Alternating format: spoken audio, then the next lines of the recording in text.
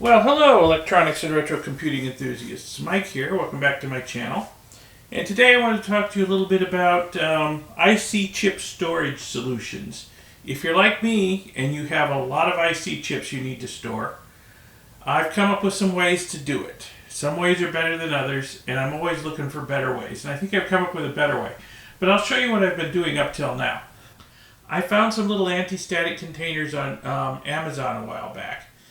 That will hold a fair number of chips, but not very many really. And I've been using them to store some chips. Just a random plastic container with some anti-static foam in it. I use that to store some chips. This one here I use to store the chips for current and future incarnations of my Jazz 80 breadboard retro computer, which I'll put a link to the playlist to that in the upper right. You can check that out. But this one I keep on the workbench when I'm working on the Jazz 80, and I can just pull the chips I need out of it. So this is one way I've been storing chips. But also I have down here on the floor, and I've actually done a video about this before, I have bins full of IC chips for use in building retro computers, repairing retro computers, and whatnot. I probably have enough chips I should stop collecting them. But really, I have a lot of chips, and I have them in temporary storage containers, and I'm like, this just needs to be organized better, where they're in a safe, anti-static environment, and I can get to what I need easily, see what's there, what's not, that sort of thing. So, I was hunting around on Amazon. First off, I wanted to buy some more of these containers over here. Well, they're out of stock. And there was no indication of when they would be in stock again. So, okay, let me look around for something different. Well, I could not find anything that looked like it would work worth a darn, for mass storage of IC chips. So I thought, well, let me see what I can come up with on my own. So I found these big A4 size plastic paper organizers, and this is probably about the better part of an inch thick. It can hold a file folder, a big sheaf of papers in it. And I thought, oh, cool. All right, now I just need some foam to go inside it, some anti-static foam. So looking around again, I found some sheets of anti-static foam. They were 305 by 305 millimeters, which is actually too big to fit in there, so I had to cut some off, but that's okay. I figure if I make up 3 of these containers, I'll have enough extra foam to fit in one more container.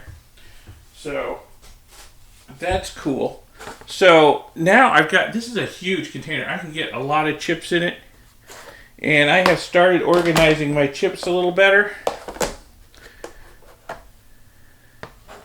As you can see here, this container is mostly flash, EEPROMs, static RAM, and some programmable logic chips. So that's what's mostly in here. I did find a Z180 chip that I haven't found another home for, so it wound up in here for now. But probably what I will have in the future is a whole bunch of these.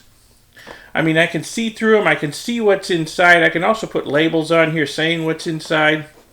And the inventory, how many of what's inside. And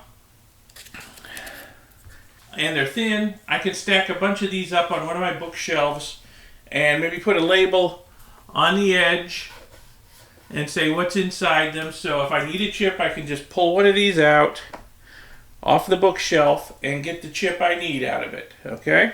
And yeah, I think I can stop collecting. I think I've got enough flash EEPROMs and static RAM probably to last me the rest of my life, unless I get into mass production of one of my retro computing designs. We'll see about that. But I think this is a pretty good solution. It's pretty darn cheap, and it holds a lot of chips, keeps them organized.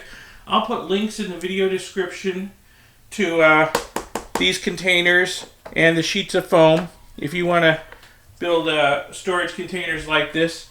So I think this is going to get me well organized and keep my chips safe and easy to find for years to come. You gotta protect these things because they aren't making a lot of these chips anymore. You know, if you've got, retro computers to fix, or you want to experiment with building your own version of them, the chips are getting hard to find. When you see them, you got to grab them and you got to store them in a way that they're protected. So that's just a quick video on how I'm storing my chips these days. I hope you found it interesting, educational, informative, inspirational, whatever. Give it a like, give it a thumbs up, and I'll see you in the next video. Thanks a lot for watching this one. Bye.